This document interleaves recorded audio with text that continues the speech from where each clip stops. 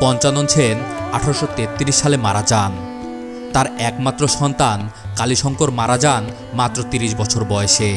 এই কালীশঙ্করের দুই সন্তান, জয়শঙ্কর ও তারিণী শঙ্কর।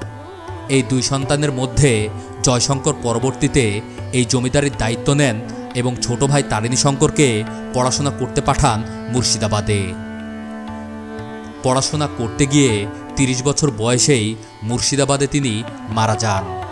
মারা যাওয়ার সময় তিনি শ্যামশঙ্কর ও প্রাণশঙ্কর নামের দুই পুত্র সন্তানকে রেখে যান।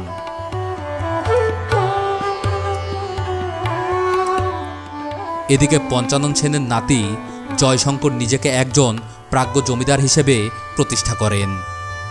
তিনি উত্তরাধিকারী সূত্রে পাওয়া সম্পত্তির প্রসার ঘটান এবং জনকল্যাণমূলক কাজে নিজেকে নিয়োজিত করেন। সেই সময় তিনি তেওতায় বেশ কিছু পুকুর খনন সহ রাস্তাঘাট নির্মাণ করেন।